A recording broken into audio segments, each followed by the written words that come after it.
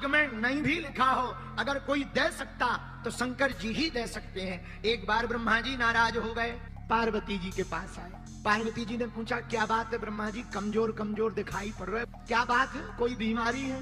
ब्रह्मा जी बोले, बीमारी नहीं है, टेंशन है। कौन सी टेंशन? बोले, तुम्हारे पति के कारण टेंशन।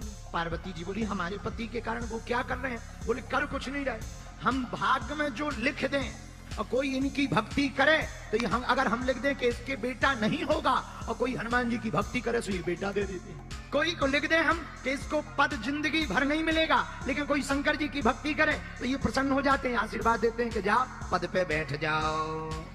तो जो भाग्य में लिखा वो तो ठीक है, ऊपर से इनकी कोई भक्ति करे एक्स्ट्रा और देना पड़ता है।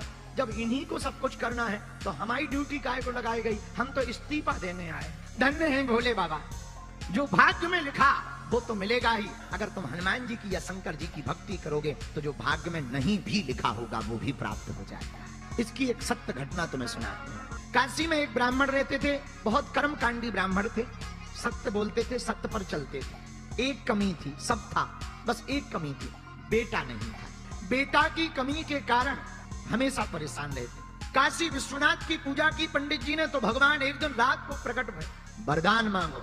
पंडित जी बोले, महाराज आपकी कृपा से सब कुछ है, बस बेटा नहीं है, पुत्र हो जाए, हमारा नाम चल जाए, वंश चल जाए, बड़ी कृपा होगी।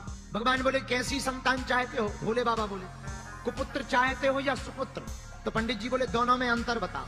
तो भगवान शंकर बोले, पंडित जी एक है सुपुत्र, अगर तुम्हें सुपुत्र होगा तो कम दिन तक जिएगा, लेकिन कुपुत्र होगा तो बहुत दिनों तक जिएगा। अब बताओ तुम कुपुत्र चाहते या सुपुत्र? बोले, महाराज अगर सुपुत्र मांगे तो कितने दिन रहेगा? बोले, बेटा तो होगा पर मात्र 5 साल जिएगा, 6 साल नहीं जी पाएगा, मात्र 5 साल। ब्राह्मण ने सोचा, कुपुत्र लेने से क्या फायदा, तो कुपुत्र हो जाएगा तो रोते ही रहेंगे, चलो अब शंकर जी प्रकट हो ही गए, बेटा का सुख मिल जाए, गोद में खिला लें, 5 साल ही सही। हे भोले बाबा आप तो हमें सुपुत्र दे दो।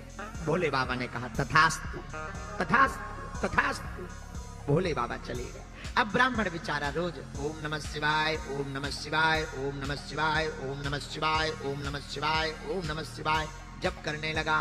धीरे धीरे समय आया और भगवान की कृपा से 1 साल बाद एक बेटा हो गया। तो खुश भी हो और दुखी भी, रोए भी और हंसे भी। बेटा हो गया, नाम हो गया, खिलाने में अच्छा लगेगा, लेकिन ज्यादा दिन का मेहमान नहीं है, 5 साल का मेहमान। तो बार बार रोवे, याद आवे तो रोवे, बेटा को गोद में ले। इसी टेंशन में कब 4 साल बीत गए पता ही नहीं लगा। अब धीरे धीरे 5वां वर्ष लग गया। अब ब्राह्मण अपना दुख भी किसी को नहीं सुना सकते और किसी को बता